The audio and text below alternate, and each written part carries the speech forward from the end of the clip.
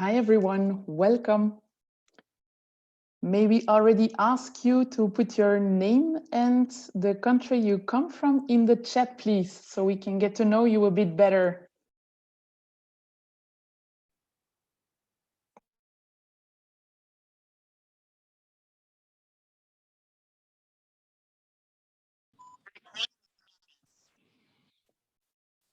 Great, I see Sebastian already put something in the chat. That's a good first start.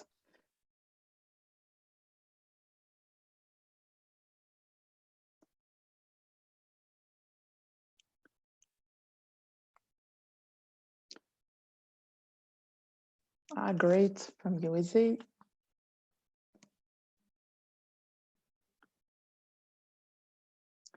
That's quite some presence from around the globe today, right? So, I guess we can start. Hi everyone. Good morning, good afternoon, good evening to wherever you are connecting from around the globe. In name of the entire SCTA Next Gen Council, I wish you a warm welcome to today's webinar about the role of the International Trade Center and the Coffee Guide, with a special focus on key trends, diversity, and next gen in coffee. We feel very honored and lucky to have here with us two amazing next-gen coffeepreneurs, Sarah Eleanor Charles and Emi-Beth Quantson. Now, before going over to their introduction, we'd first like to thank our partner, Sustainable Harvest. They foresee Spanish translation. You find below a button mentioning interpretation, where you can click on the desired language. Muchísimas gracias a nuestro socio Sustainable Harvest. Ellos prevén la traducción al español. A continuación, encontrará un botón que menciona interpretación, donde puede hacer clic en el idioma deseado. So secondly, we'd like to introduce to you the SCTA Next Gen Council. Today, we are with around a team of 7. You'll recognize several here. Our new Next Gen lead, Judith, Sarah, Sebastian, Denis, our two new team members, Max and Loic, and myself. And not to forget our coach, Guillaume. You can discover our 2022 agenda with more webinars to come on the website. By the way, our next webinar coming up is foreseen on the 20th of April. Mark your calendars. It's with Keith Fleury, Head of Coffee Research and Analysis at Sugden. Topic is S&D with special focus on Brazil. And certainly visit our new LinkedIn page to stay tuned on the latest news. To end, two last practicalities. One, the presentation will take about 45 minutes, followed by a Q&A of 15 minutes. Please address your questions in the Q&A box. And two, this webinar will be recorded. Now, it's time to introduce to you Sarah Eleanor Charles and Emi-Beth Quantson. Sarah is co-author of ITC's 4th edition of its popular coffee guide, a consultant for the ITC's Alliances for Action Sustainable Agribusiness Program, and a writer for Perfect Daily Grind. Emi-Beth is the founder of Kawa Moka. She was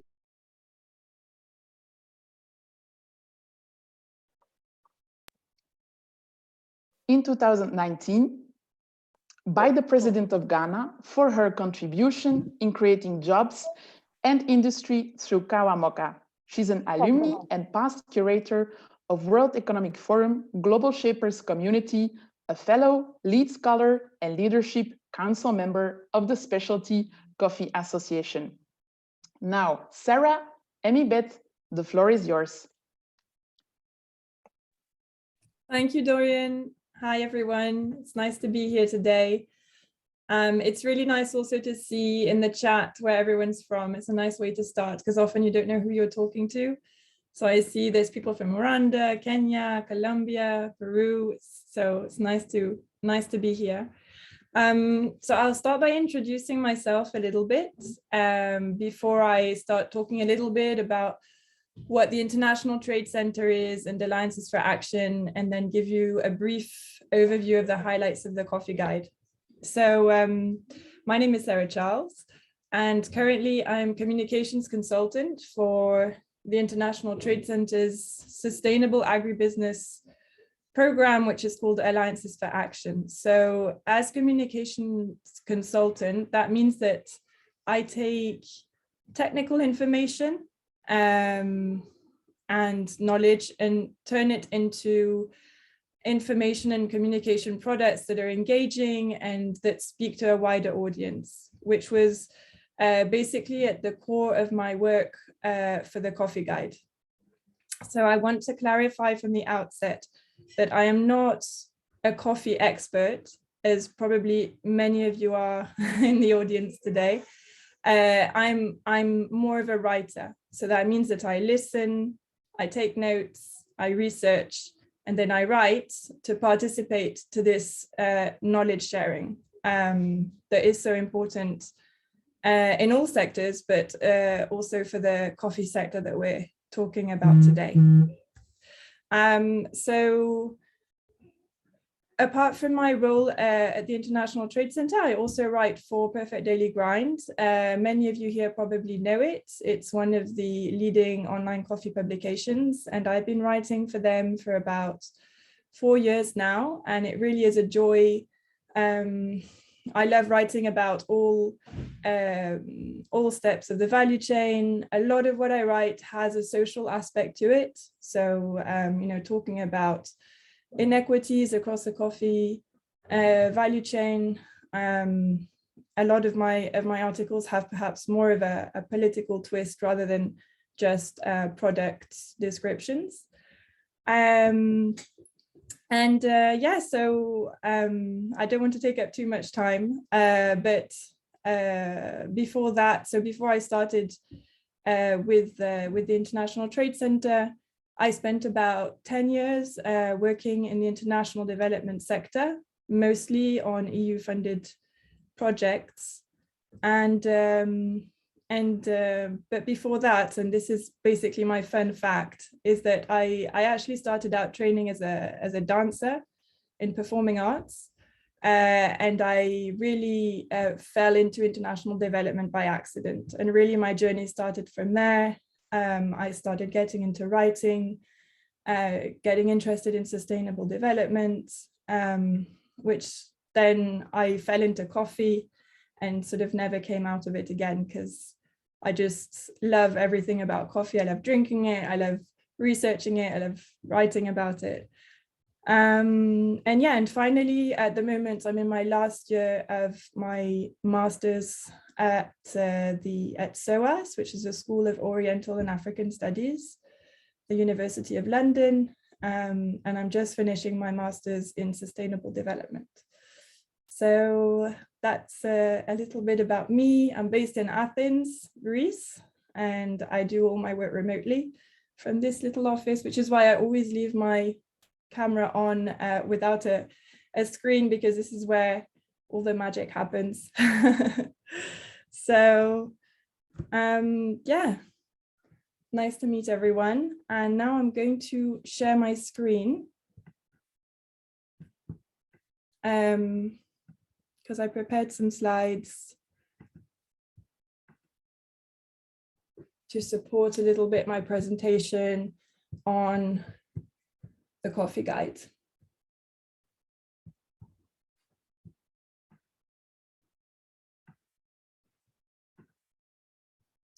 So, Dorian, all good? Yeah, perfect. Just a bit, enlarge it a bit for the first slide, and then I think we're all good. I can't make it bigger. Can you, which screen can you see? Sarah, you are, this is not the screen for the... Sorry, let me try again. So, share screen. I did it just a second ago. Share.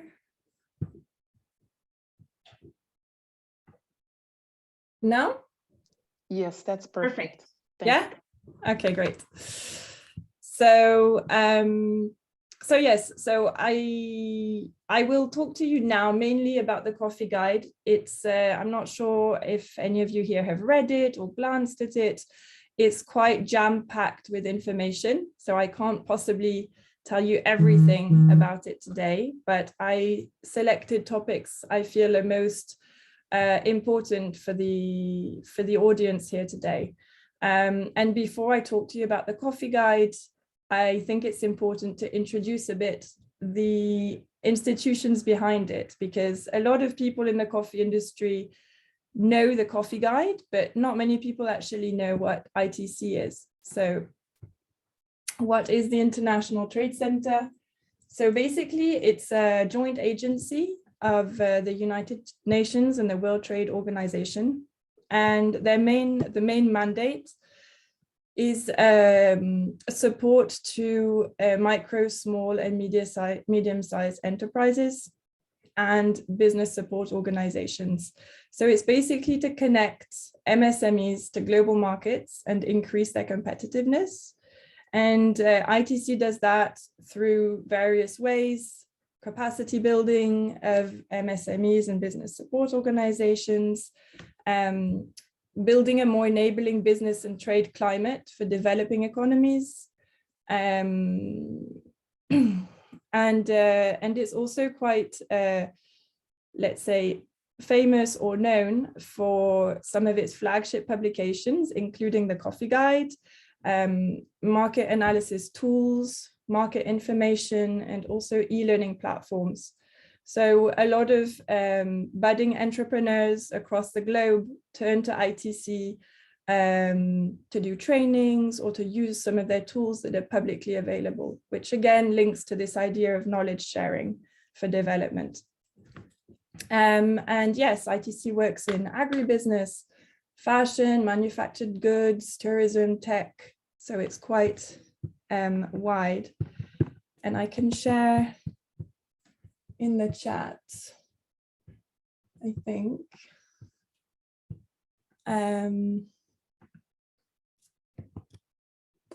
The website. So, so now Alliances for Action. So you might have noticed on the cover of the Coffee Guide, whereas previous editions just said International Trade Center, this year there's a double logo that says International Trade Center, Alliances for Action. So I'm here to explain a bit what Alliances for Action is. It's basically ITC's Sustainable Agribusiness Program. And it's about leveraging partnerships for sustainable food systems, which is why the word alliances is in the title. So it all started with the challenge. It works across many value chains, and the challenge is that small farmers are at the bottom of these value chains, and they're the ones on whose shoulders everything is. So the challenges are climate change, price volatility, poor infrastructure, a lack of enabling policies, low access to finance, and the effects of now a global health pandemic. And this is for generally most agricultural value chains, but of course it's applicable to coffee. And the time has come for producer countries to make the shift. So from producer to market player, from commodity to products, from unfair wage to living income, and from survive to thrive, because we should all have the right to flourish. That is basically the purpose behind the Alliances for Action.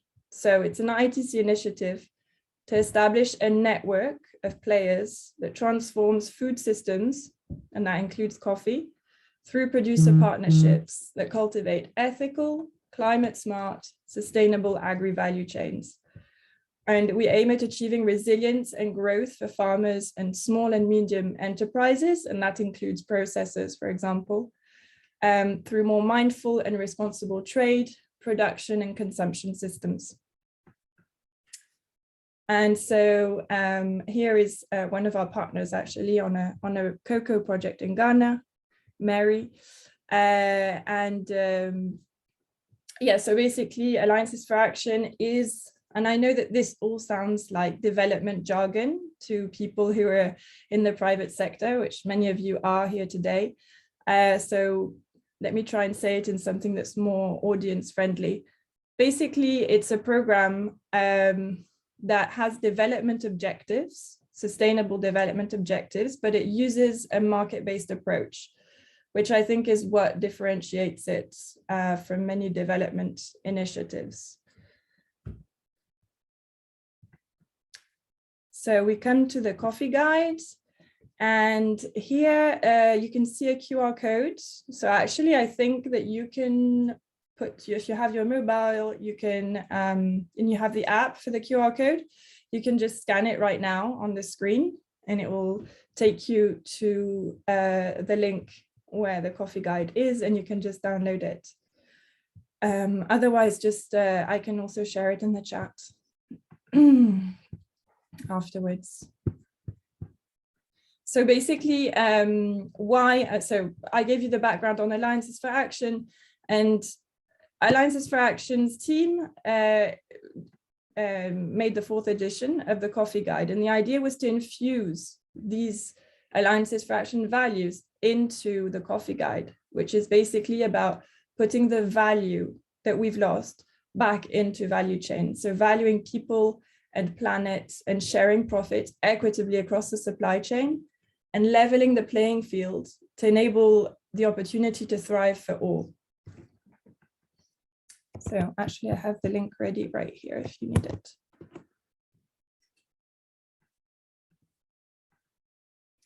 So just a very brief overview now and some history.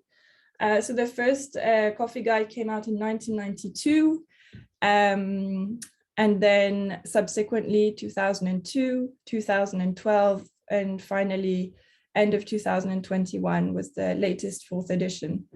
So apart from the covers getting gradually nicer, you can see that other things changed even just by looking at the covers. So initially you see commodity handbook and exporter's guide.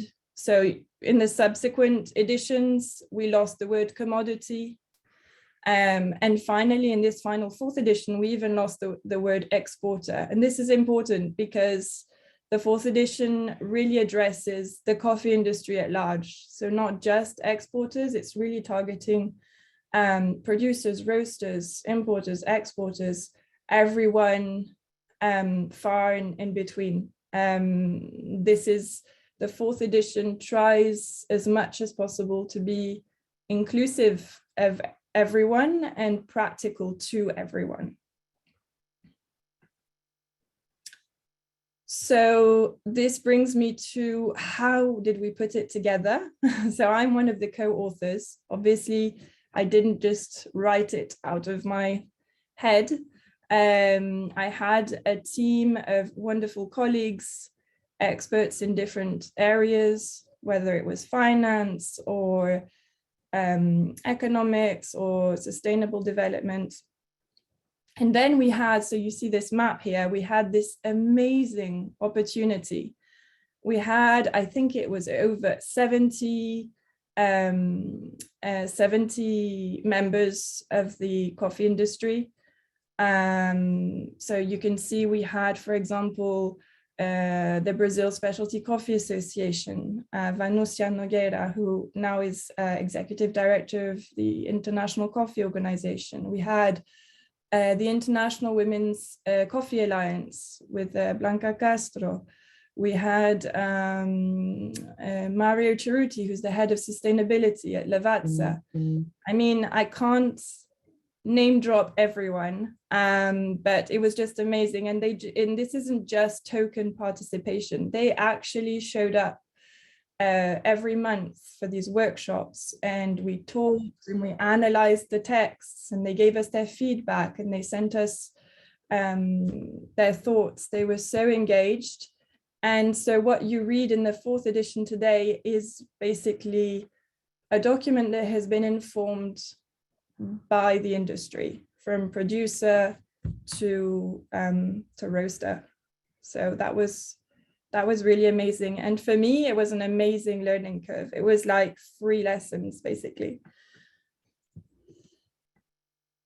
So the added value of the new edition, in brief, is that it's user-friendly and accessible. So now very soon, at the same link I shared, you will see the coffee guide in Spanish and in French. So it's already been translated and it will be out, published very soon. This is again part of our drive to be more inclusive. We hope to get it out also in Portuguese.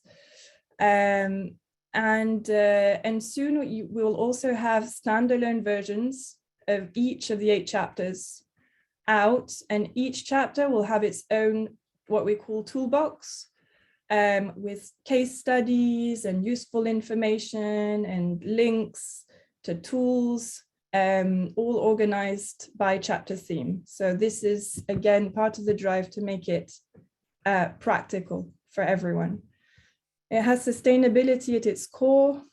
We have the second chapter is completely dedicated to sustainability, but I mean, it's basically inherent to every chapter. You can't talk about anything anymore without talking about how to make it sustainable. It has the latest statistics and trends. So the previous edition was over 10 years ago. So you can imagine how much things have changed since then. So fresh data, this inclusiveness that I mentioned, with everyone targeted and also involved in the process. And this Alliances for Action approach, which is participatory and based on partnerships.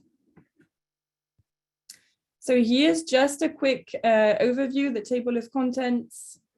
I won't read them out to you. I'll let you peruse in your own time the coffee guide. But you can see that basically each chapter has its own specific topic, whether it's sustainability, the coffee market, digitalization, the futures market, and risk and finance. So it's really quite holistic. So now I'm just quickly going to highlight, these are my highlights that I chose to highlight. So I can't talk about everything. The first one is sustainability. So this is chapter 2. Here, when we talk about sustainability, really I think it's the thread that brings all the chapters of the guide together. So we address topics of climate change, price volatility, unbalanced supply chain dynamics, this idea of a supply chain that's very extractive in terms of people and the environment.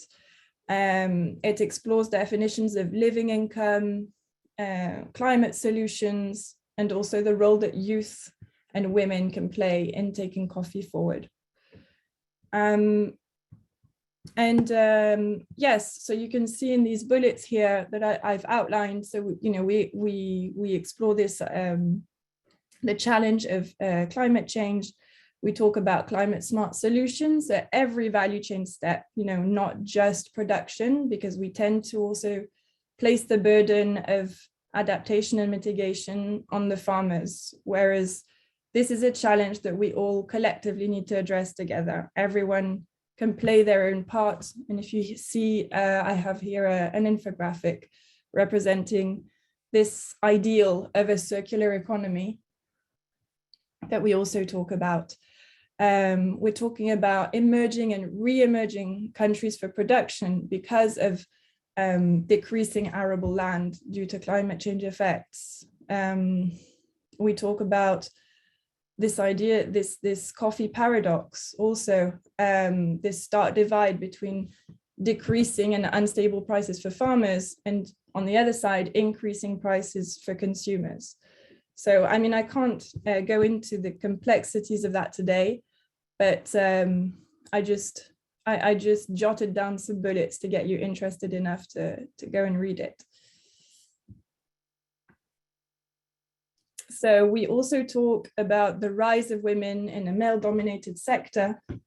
Women provide up to 70% of labor in coffee production, but they remain at a disadvantage because of lack of tenure because of taking on too many roles.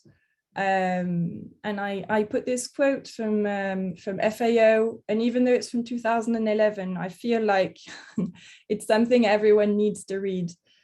Giving women the same access as men to agricultural resources could increase production on women's farms in developing countries by 20% to 20 to 30%. And this could raise total agricultural production in developing countries by 2.5 to 4%, which could in turn reduce the number of hungry people in the world by 12 to 17%, or 100 to 150 million people.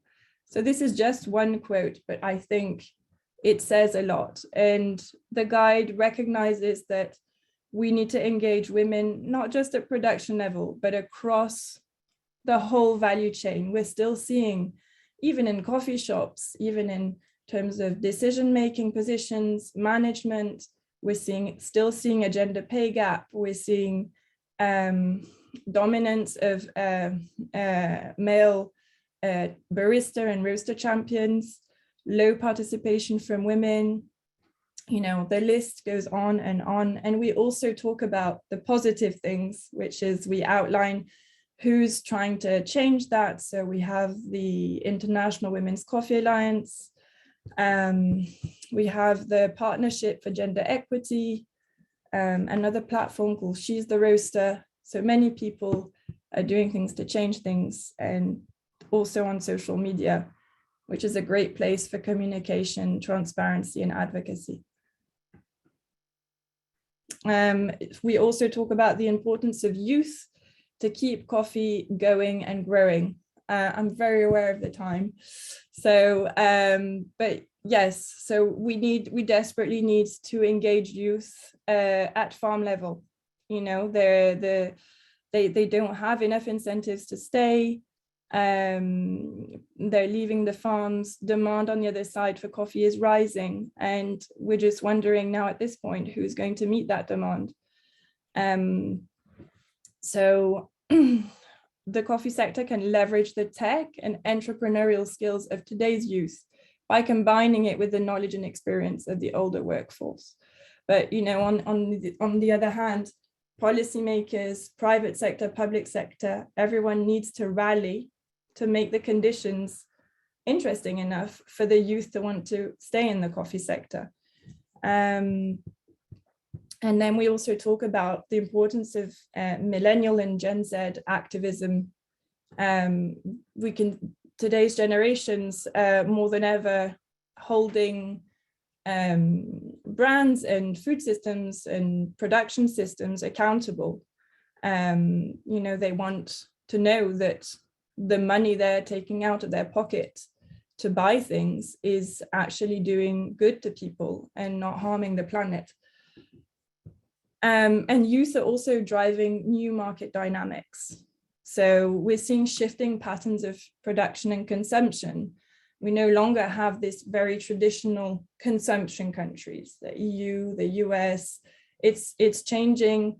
And so when patterns of consumption shift, patterns of trade shift, you know, we're seeing entrepreneurship, value addition at origin, not just in Brazil and Vietnam, but more and more countries now, even if it's just a small percentage, are starting to add value to their coffee at origin.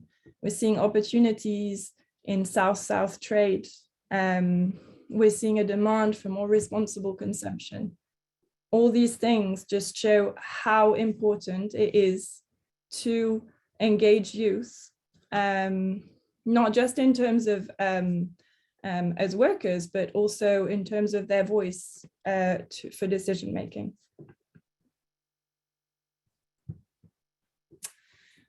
So something else that I thought was important was that this coffee guide offers a new definition of the fourth wave of coffee. So most of you here will know, have heard about the three waves. Everyone's clear on what they are. The fourth wave is more blurry. You see a lot of people saying that it's about science, about it getting even more exclusive and more like a it's more of a hobby, let's say, when actually this coffee guide offers another explanation. So the coffee guide makes the case that the fourth wave of coffee is not about science, but about scaling up specialty coffee. So about taking the ideals of the third wave, which is the story behind the cup, sustainability, fair wages, but tapping into the premium market segment. So good quality coffee, maybe not super duper specialty coffee, but good quality coffee nevertheless, that's more affordable, more accessible to all. Coffee you can find in supermarkets, but that also channels sustainable practices. So I'm very aware of the time, but the basic idea is that the fourth wave is about injecting more value into the entire coffee supply chain through the wider commercialization of quality and sustainability concepts. So maybe I'm happy to debate this with anyone in the Q&A later on. Data is also important. So as you know, data is gold basically today. Everyone needs it. Data can also be very political because it depends what you show, how you show it, how you analyze it.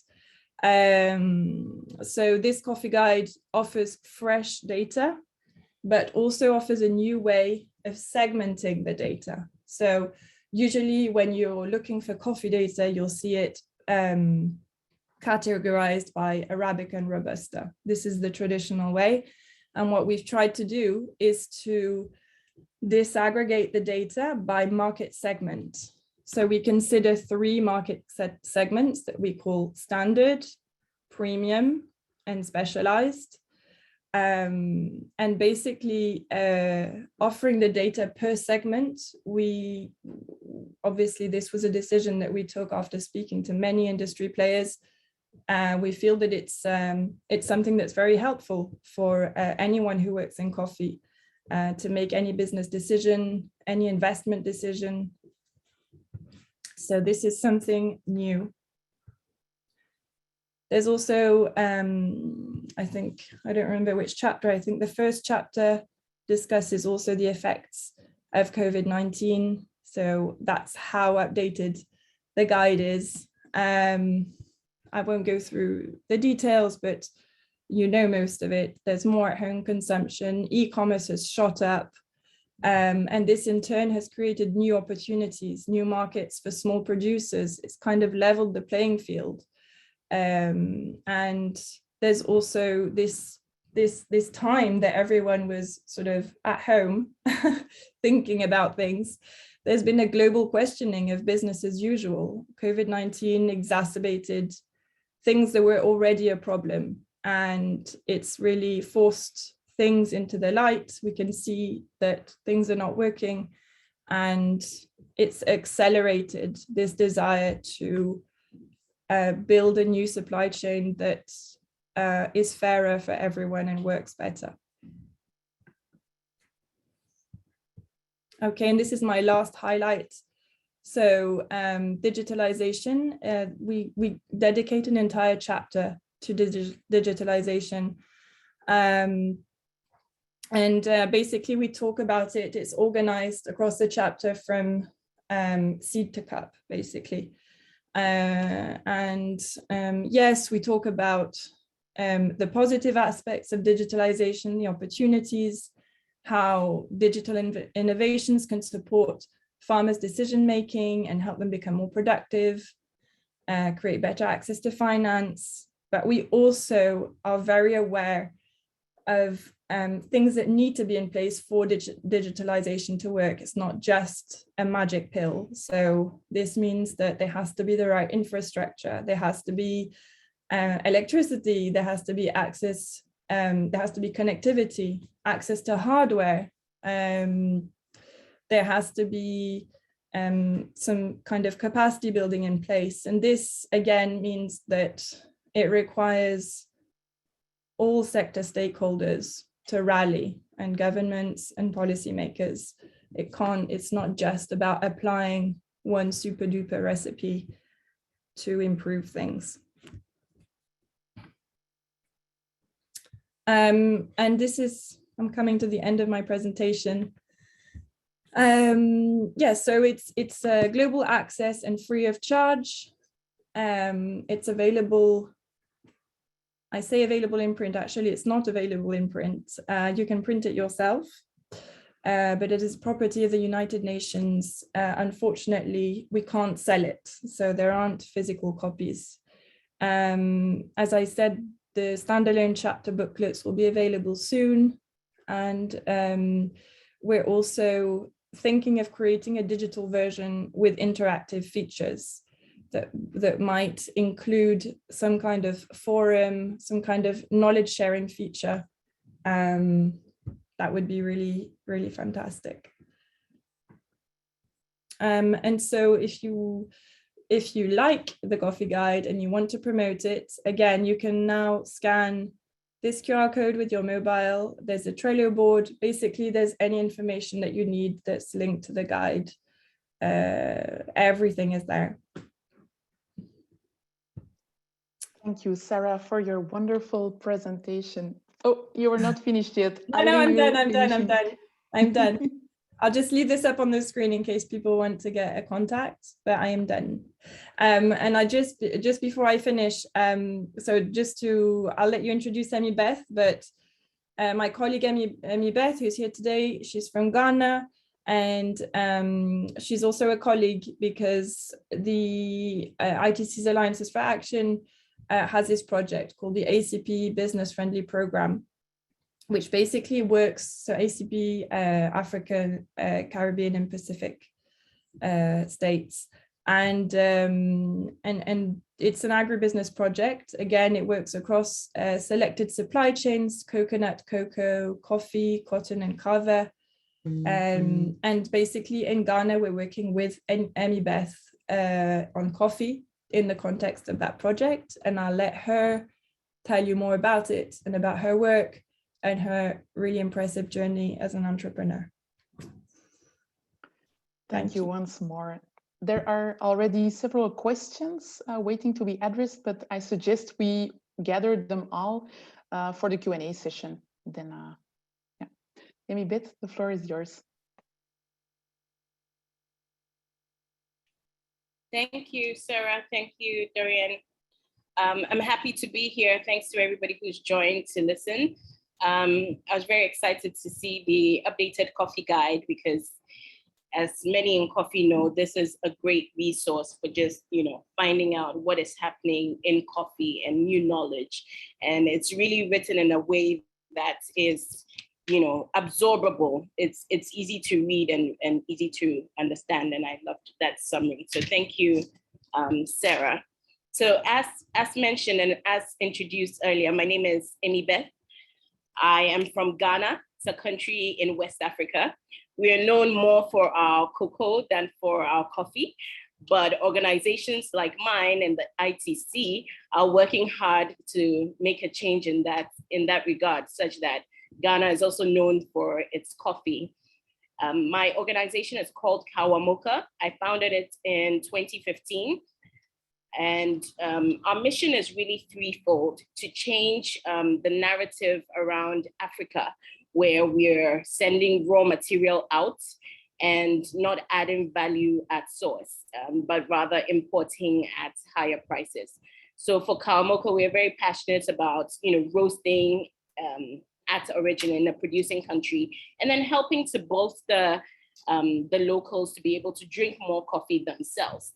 And we're also very passionate about women in the value chain. As a woman myself, naturally, I'm a bit biased, and I like to have women as involved as possible in that value chain. So we've been working quite a bit with ITC. As Sarah mentioned in her presentation, there are some countries that are well known for producing coffee, both their volumes and then their types. Ghana produces Robusta coffee. I'm an avid Robusta lover and champion of more people drinking Robusta. It's a lovely coffee to drink. It's caramel-like, it's spicy, it's nutty. And I think more people should be interested in just finding out about Robusta. my foray into coffee started when I was in university in about 2007, when I started a cafe. And for me as a youth, particularly a very young person at that time, it was very exciting to delve into the world of coffee, making coffee, serving others, and just exploring the hospitality nature of coffee. Over time, we've, backward and integrated to then go into also the production angle and ensure that we have women farmers that are working to produce this crop and also earning from the crop. It's, as mentioned, a traditionally male-dominated sector, especially with exports, but there are a lot of opportunities for the youth in agriculture, in coffee. And I think it's even opening up even more these days as we're looking at more unknown coffees participating in competitions. We had a Robusta coffee win a barista championship. So we're looking at more opportunities like that. We're looking at second generation, third generation coffee farmers that are using more innovative ways of farming, that are including tech in their means of farming and improving volumes and yields. The sustainability question, again, it's not just a buzzword, but it's a way of life. It's a way of improving incomes for our producers, especially. So I'm very passionate as well about just including youth like myself in that conversation and in non-traditional ways of career paths, I should say, non-traditional career paths. It's not just the lawyers, it's just not the accountants, but there's a lot that can be done in coffee. With ITC, they are championing this cause quite a bit in Ghana.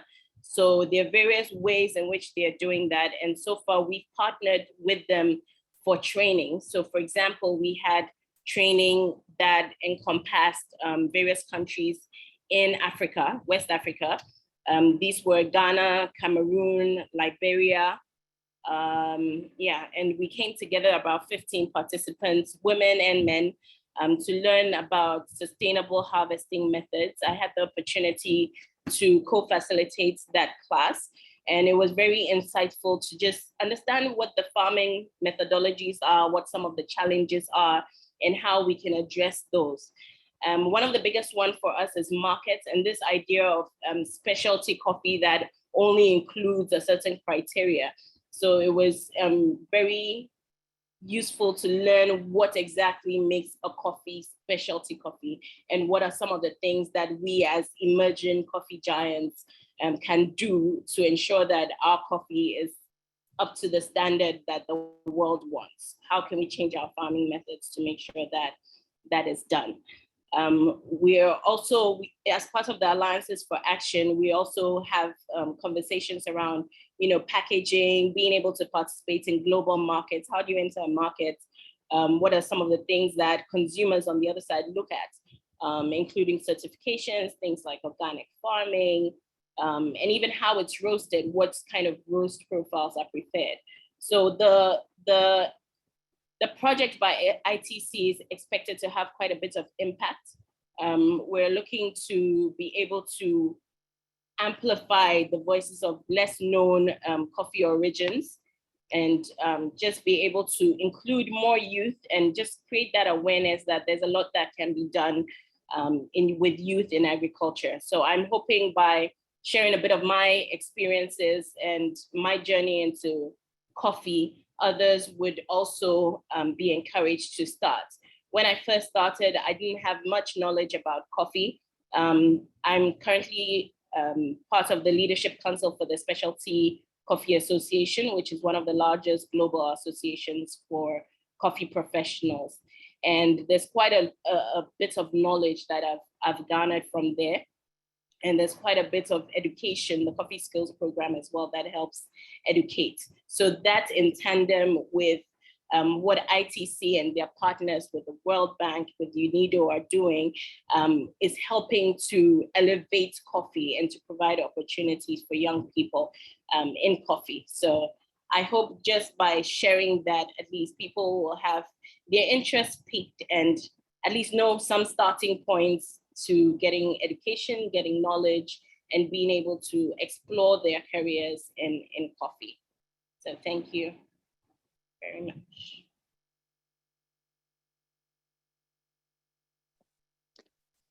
Thank you as well to Emi-Beth. Are you finished? Yes. I'm just asking, but I Yes. don't. I am. I'm hoping, Sorry. like through the questions, if there are any specific areas, then I can definitely add to that. Yeah, great. What a journey as well, and very impressive. Wow. So I guess we can head into the Q&A session. We have quite some questions lined up. Dorian, can I just quickly, before Yeah. the first question, I Yeah, just sure. want to say I love your enthusiasm, Emi-Beth, about Robusta at the beginning, because Robusta tends to get such a bad rep. Yeah. And also actually the Coffee Guide talks about that. And when we talk about the history of coffee, I don't know if you've noticed, if you Google history of coffee, it only tells you about Arabica. Every book, every information source. And actually the Coffee Guide talks about the history of Robusta and the latest developments in quality. But yeah, no, I loved your enthusiasm. Thank you. And in Ghana, we've been growing Robusta since the 1930s, actually. In the Volta region where we source from, we had our original plants coming across from Togo, and they've been planting, for generations, but it's still not as well known and well liked, as you rightly said, as it should be. Yeah, that's a great remark, Sarah. So we now dive into the questions. First question to Sarah, and maybe Emi-Beth can also add if she'd like. What is actually ITC doing to engage youth in the coffee sector? So, I mean, I will be really speaking from the perspective of the program that I work for, which is the Alliances for Action. But for example, the project that Emi-Beth talked about, this ACP project,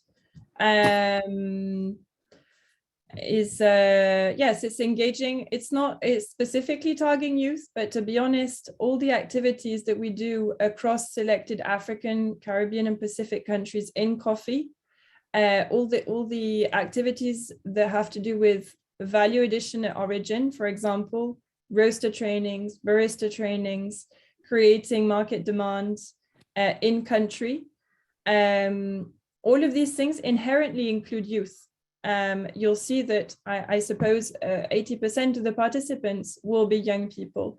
And so basically, to answer your question, I think what ITC offers is professionalizing youth in the coffee sector in coffee producing countries, I would say. And by professionalization, I mean trainings and also knowledge sharing, tools, things like that. Yeah, and to add to that, for the program in Ghana and the other related countries, I think a big part of it is quality improvement. So you'll find that there's a lot of training with the farmers to get that done. And what does that mean for the youth? A lot of youth are not in coffee because it is considered hard work without commensurate return. So now we're trying to work on that such that as you're farming, you're actually getting the return for your investment and you're able to get higher yields. You're able to use better technology and methodology such that it's not such hard work, but you're getting higher yields. You're able to use more sustainable methodologies. So ITC is playing a big part in that learning.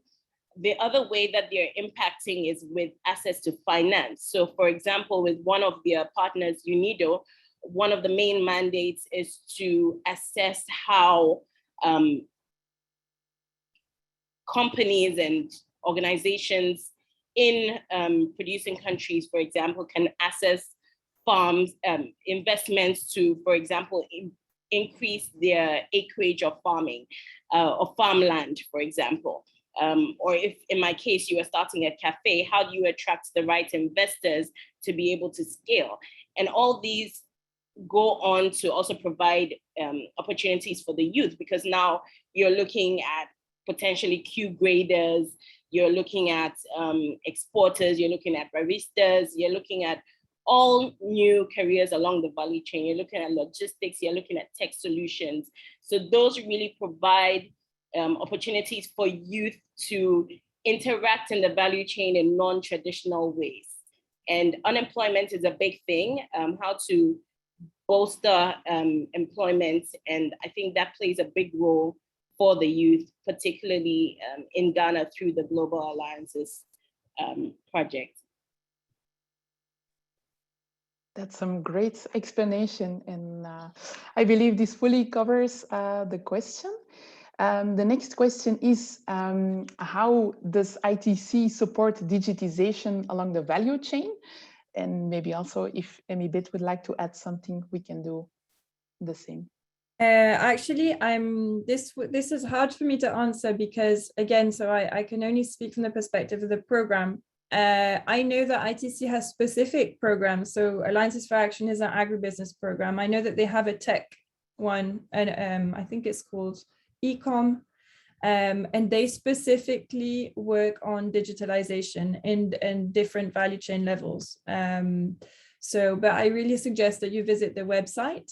You'll see there's a drop-down menu with sectors, and it's quite easy to navigate, and you can see what they do. But they have a dedicated program for digitalization, and they do really interesting things.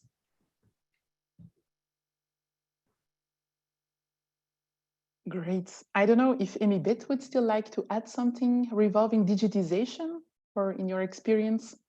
I think a big one from the Ghana perspective is just access to data. And ITC is doing a big part of that in collecting data from farmers. For example, how many farmers do we even have? What's our production capacity? What are some of their issues? And putting that into a form that can then be actionable. And a lot of that depends on tech and data. So in terms of the digitization, I would say that based on my experience and interactions, that will be the biggest intersection with the ITC ADP projects here in Ghana. Okay, great. Next question is, Sarah, you have said that the climate change is among the major challenges in coffee production. So what is, in your view, being done globally so as to minimize the risk in a sustainable manner? Well, that's a big question. What is being done globally? I mean, this is such a huge question, and it's also very general because we're even leaving the coffee sector here. But just in general, there are two ways to react to climate change, which is basically adaptation and mitigation. So with the adaptation measures, we're basically helping people adapt to living in a world with climate change effects and trying to be more resilient and reduce those effects. And that can be, for example, in terms of coffee farmers, that can be new ways of farming, new infrastructure, new ways of adapting to unseasonal rains, to harsh sun. I mean, the list goes on. In terms of mitigation, it's carbon capture. It's about how you manage your soil. It's about crop diversification to increase biodiversity. Shade-grown coffee, all of these things. But I'm talking here at production level. There are so many things that can be done. I'm taking coffee because we're talking about coffee, but I mean, in terms of logistics, transport, packaging, all the way to the coffee shop. There is so many things that can be done in terms of waste management, minimizing waste, energy efficiency. I mean, the list is huge, but I would say a good first step is to read chapter 2. That's an excellent tip. Thank you, Sarah. And Emi-Beth, Yes. you also include sustainability already at your company level. maybe you still have some tips to add here as well. I do. I actually love that question very much because my answer to that is always Robusta, Robusta, Robusta. I keep saying that the future of coffee really is Robusta because it's a more climate resilient variety. And that's why programs like the ACP are so important because they're shining the light on the potential of Robusta. There are so many countries that have the soil. You don't need the altitudes. They are more pest resistant. They're more hardy in terms of the weather and changes, and we already have the land. So that is where Robusta comes as a sustainable solution in the question of varieties and where are we going in coffee. So I'm like, you just watch this space, Robusta is coming up. But outside of that as well, there's definitely a lot of sustainability just in terms of the farmers as well. You know, what is their price? What kind of prices are they fetching on the market, and how can they get better prices for their products? And yeah, in terms of the other user end, there, and particularly in my roastery, for example, CO2 emissions is a big one. Everybody knows that, you know, with our roasters, there is some carbon footprint. So what are the innovative ways of reducing that? How can we also, in terms of packaging and all of that, just have more sustainable solutions to that? And with our Global Alliances program, one of the things that we did was discuss quite extensively packaging and the various choices that roasters, for example, consider in choosing their packaging, be it biodegradable, whether it's craft paper, you know, what goes into that and how can we make that more sustainable for our companies as we move forward. So yeah, I'll definitely say Robusta and then just reducing our print along the way. Great, Dorian? thank you. Dorian, is it possible for me just to take very quickly the question that's in the chat, because it's quite an important one about the participation of small producers in the creation of the guide? Yeah, sure. Go ahead. Go ahead, Okay. Sarah. Yeah, So for sure. I'm glad to see this question because we did include actually producers. So if you remember that slide that I showed with the map with all the people who participated in the creation of the 4th edition, producers were involved. I think we had 5 producer groups, 5 producer representatives from, for example, I think we have from Latin America, Prodecop, we had CLAC, and we had also and some Ethiopian coffee cooperatives. And they participated in the discussion and helped inform the guide actively. And I just want to say that, you know, this needs to become systematic. You can't produce any more documents, whether it's policy documents, whether it's global reference document like this one, without engaging producers who are basically, without producers, we don't have coffee. So yeah, we did include them, and their voice was really important, and I was really happy to see that. Good that you addressed, because it is indeed a very important question. Yeah, we are now close, very close, in fact, to our end time. Maybe one last key takeaway from both of you. What last piece of advice would you give with to the next gen in coffee?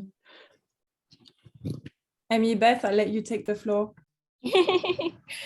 I think as we continue to shape the future of coffee as youth, one aspect that has really struck me as you know, an emerging coffee country is with policy, because the policies that we're putting together now have a huge impact in who participates and what slice of the pie we're getting. So for me, I think it's an opportunity for youth perspectives to also be involved. What is the future that you see for coffee? What are the potentials that you see? And keep speaking about them, keep talking about them till they get to the right ears, because that's a big part of creating opportunities for youth along the value chain. The other thing I would say is not to sit in your silo. As we've seen, there's, the coffee guide that we've just talked about, the value chain actors like ITC, who are ensuring that we have the data, who are helping to empower youth along the way, who are creating opportunities for our farmers to scale, to be able to have the right harvesting and post-harvest experiences, to be able to access finance. So let's also engage with the value chain actors, and possibly now more than ever before, we're a global village. So the opportunities are not just in, your space. There are a lot of countries, there are a lot of companies that are looking for good coffee from where you are. So don't underestimate the value of what you have. Don't think that because Robusta is not in the conversation, if you have Robusta, you cannot join the conversation. Take what you have, make the products, and there are markets available for us youth in coffee. And to close, I would add, Dorian, can you just repeat the question very quickly? What last piece of advice would you give to the next gen in coffee? Yes, so I mean, I don't have much to add to what Emi-Beth said, but I'll just stay general and say, keep learning. So don't get comfortable, however much of an expert you are in whatever area, just, stay thirsty, keep thirsty for knowledge, learning more, speak to people. We have, now we're both cursed and blessed, with social media and the internet, and we have access to knowledge more than ever before. And I would say use this positively, research, talk to people, and also cultivate partnerships. Surround yourself with the right people, surround yourself with people who have the same goals as you. And who can help you. We don't need to achieve things alone. It's so much easier when we get together with other people and do it collectively. Yeah, that's very wise. Well, thank you once more to both of you for your great energy and explanation. Thank you also once more to Sustainable Harvest for all the support. And we look forward to share the recording of today's webinar with all of you. And thank you for listening and being present. And keep on knowledge sharing. And as Sarah said at the end, so see you next time. Thank you. Thanks for having us. Bye. Bye. Bye.